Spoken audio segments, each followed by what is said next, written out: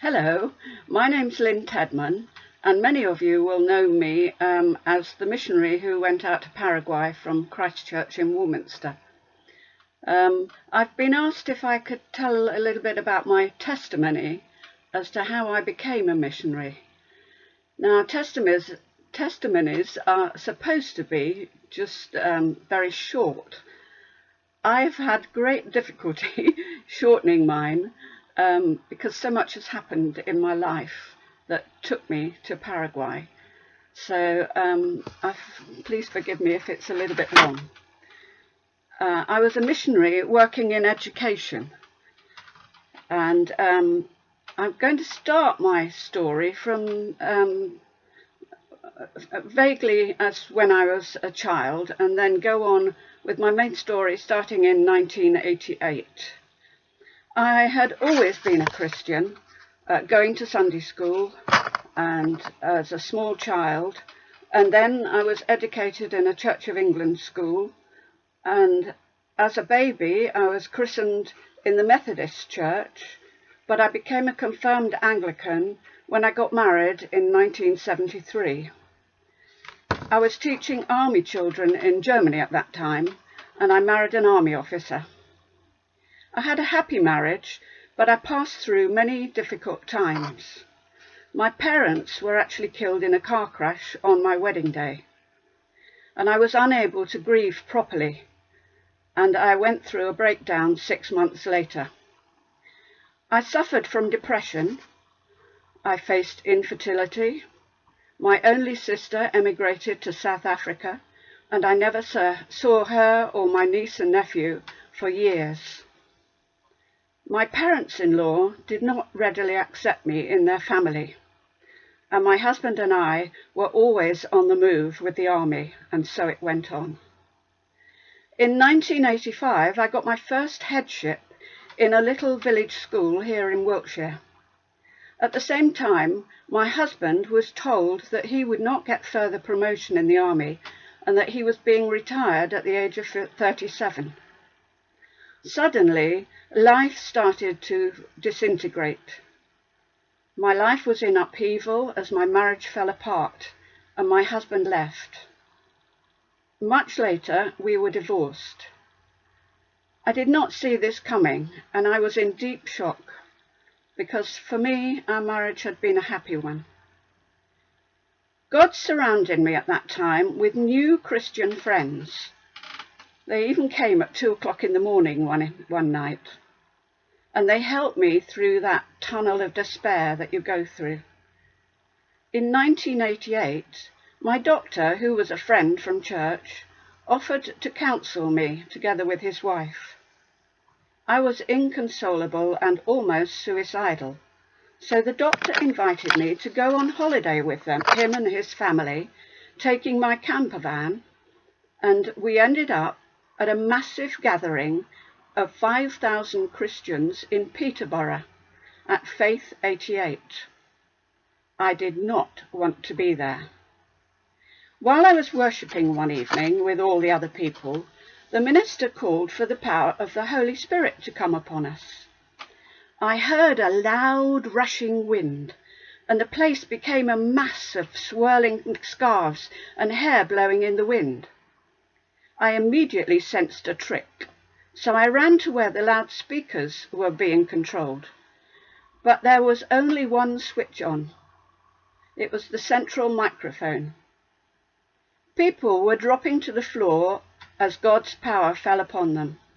I freaked out. I had never seen anything like it before. I then ran around the outside of the huge building where we were looking for a wind machine like they have in the movies. There was nothing. I was really spooked out. So I went back to my motorhome and began to pray for protection from these obviously mad people. I made up my mind to leave at the first opportunity. I shut myself in my van and would not answer the door. The next morning, at about 11 o'clock, some neighbours in another caravan came and invited me for coffee. They were black African missionaries from Rwanda. I don't know why, but I accepted their offer. We chatted and I explained to them that what I had experienced the previous night, and I said that I thought it was all a trick and that I would be leaving the next day. They persuaded me that this was all real, as they had experienced it before many times in their work in Africa. They talked about their work and the occasions when they had witnessed the Holy Spirit at work. I stayed at the camp, and that night I went back to the evening worship service with an open mind and an open heart. Again, I experienced what I had the night before. To top it all, I saw 2 people healed. One had been in a wheelchair all her life, but she was able to stand up and started to take a few steps. Her family were all crying with happiness. The next day, we were sitting in an open field, taking communion in groups. I was next to a lady who was blind with cataracts. She told me that she would be having an operation on one of her eyes the following week, and she asked me to pray for her. Her eyes were completely white and opaque. 3 of us prayed for her, and I could not believe my eyes. Her eyes suddenly cleared, and she could see perfectly. She was totally overwhelmed. After that, I accepted Jesus to work in my life. As I was being blessed by a pastor, the Holy Spirit touched me, and I heard 2 words quite distinctly. The words were mission and children. I rushed back to my church quite on fire. Nobody could understand what had happened to me. I was living in Shrewton at the time, and I started a Sunday school. But I was a head teacher of a small village school near Salisbury at the time, and I was teaching full-time as well as doing all the administration. The extra Sunday workload became too much, and eventually I was forced to hand over. It became obvious later that I needed to wait on the Lord to show me what those 2 words had really meant, instead of what I thought they meant. It took more than 10 years before I knew what they meant. In 1992, I moved to my second headship at Causley School. It was a church school, but from day one, I was persecuted by the governors. It is a long and horrid story which I have left in the past for God to deal with. I lasted 5 years at Causley, standing for my faith, before I cracked up under the stress of working and running the school, teaching full-time, working at weekends. Sometimes I didn't even have time for church. I just received constant criticism. And eventually I was suspended and forced to leave. I was strong enough in my faith to know that all things happen as part of God's plan for us. And in my daily readings, God told me in Jeremiah 29, verse 11, I know the plans I have for you, plans to prosper you and not to harm you, plans to give you a hope and a future. Again, the words mission and children surfaced as I read my Bible. So I began to explore what the Lord was calling me to. In 1996, my vicar suggested that I should write to some mission societies. I did, and they wrote back saying that I was too old at 49 to go on the mission field. I then started applying for teaching work through the Times newspaper to schools in South America. I had learned a little Spanish at school 35 years previously. I heard nothing in reply. After a few months, the Church Mission Society suddenly called me forward with an offer of a chance to go to Afghanistan. I turned it down flat. as I thought that it would be far too stressful after all the stress that I had been under in the past year. After a couple of months, they offered me a chance to go to Nigeria, and this I accepted. I had visited 2 areas of Africa and felt ready to take this on. 2 weeks later, I received a call to say that the Bishop of Nigeria, of the Nigerian diocese, where I was supposed to go, had been found to be corrupt, so they would not be sending me to work there. 2 more months passed, and by then I received another call to go to Afghanistan. They even flew somebody over from Afghanistan to convince me. I prayed about it and felt God say, "Lynn, if you want to serve me, you must go where I send you, not where you think you would like to go." I accepted the job and left the interview to await language training and Bible school as preparation.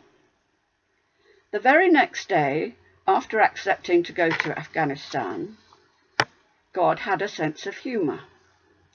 I suddenly received a call from the South American Mission Society.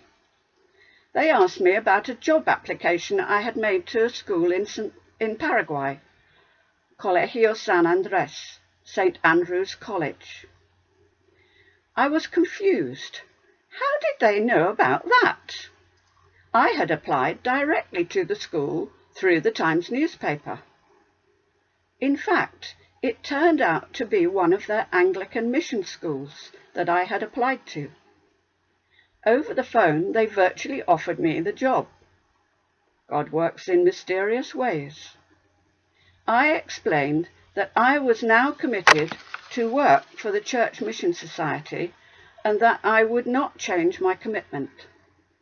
The South American Mission Society asked if I would go to London to speak to them, as after I had fulfilled my 2 years contract in Afghanistan, they felt that I could move on to Paraguay.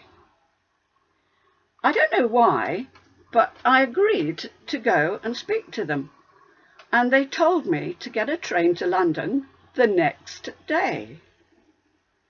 I underwent a grueling 3-hour interview. It was the most difficult interview I've had in my entire career. And then they asked me to wait while they prayed. I missed my train home. 45 minutes later, they called me back and offered me a job. They wanted me to go to Bible college 2 weeks later. I told them that I would not turn down the offer from the Church Mission Society. They explained that the 2 societies were actually based in the same building and asked if they could speak to their personnel officer about me. I raised my eyes in the air. "Over to you, God. I'll go wherever you send me." 3 days later, I was called to go to Paraguay, and this time there was no doubt about it. I passed through Bible college for cross-cultural training. I had a lot of fun there and made lots of friends who went out all over the world. I went out to Paraguay in 1997, where I went for 2 years, but spent 15 years working in St. Andrew's School in the capital, Asunción, sharing the gospel of Jesus Christ with the children there, amongst other things. Life was not always easy. After school, I would work sometimes with drug addicts doing Bible study, and also we had a home for young unmarried mothers. Mainly their fathers were the fathers of their babies. They came from the shantytown districts. Life was certainly not easy. I also taught Bible study in our annex school for the poor from the Chacarita. St. Andrew's was a school for the very rich, and our mission was to create future leaders of the country with a strong biblical firm foundation under them. The annex school was children from the shantytown area. The Lord had helped me with my lack of Spanish, sending me to Bolivia for language school training. What I did not know was that the children in our annex school spoke the local Indian language, Guarani. Often they would play tricks on me, and I just joined in the fun. There were good times shared with friends, opportunities to travel around South America, but there was always political upheaval, corruption at every turn, a coup where tanks fired into the city and we were confined to our quarters. I was mugged twice, and I also developed breast cancer while I was there. But God never left me. Jesus stayed with me throughout my time there, and indeed he is with me even now. Whenever I passed through tough times, God carried me through. He carried me through all the darkness. And sometimes I could only see that later when I looked back. When we choose to follow Jesus, he doesn't always make the pathway ahead smooth for us, but he never abandons us. And through each difficult situation, in our lives, he can make us much stronger, ready for the next onslaught. He lets us go through many trials, but God is always with us, even to the end of the world, just as he promised in Matthew 28, verse 20. Now I find myself once again in difficult times, as do we all. None of us can foretell the outcome of the coronavirus epidemic. What we can do is to trust that God can see the big picture. He also has a plan to see our nation through this pandemic. He may take some of us home early. Whatever happens, we can know that eventually good will come from all of this. Our anchor must be Jesus, because he is with us always. For our part, we can do as we are instructed by the government, and also constantly pray for the world and for each other, keeping our eyes fixed on Jesus and trusting. Surely, God is my salvation. I will trust and not be afraid. The Lord himself is my strength and my defense. He has become my salvation. Isaiah 12, verse 2. As a final anecdote, I want to share the good news that the mission of St. Andrew's School has been fulfilled. Our ex-pupil, Marito, as we used to call him, his name is Mario Abdo, is now president of Paraguay. He has a very strong faith. For his cabinet, he's chosen nearly all our ex-pupils of his age. The Minister of Health is doing a wonderful job during the coronavirus outbreak. And every evening, Mario leads the nation in prayers. He knows that they don't have the resources in their third world country to fight this epidemic as we have here in UK. But they are doing their best and achieving wondrous things. The whole country is in lockdown. Do please pray for them as they continue to trust God to see them through this pandemic. God bless you all.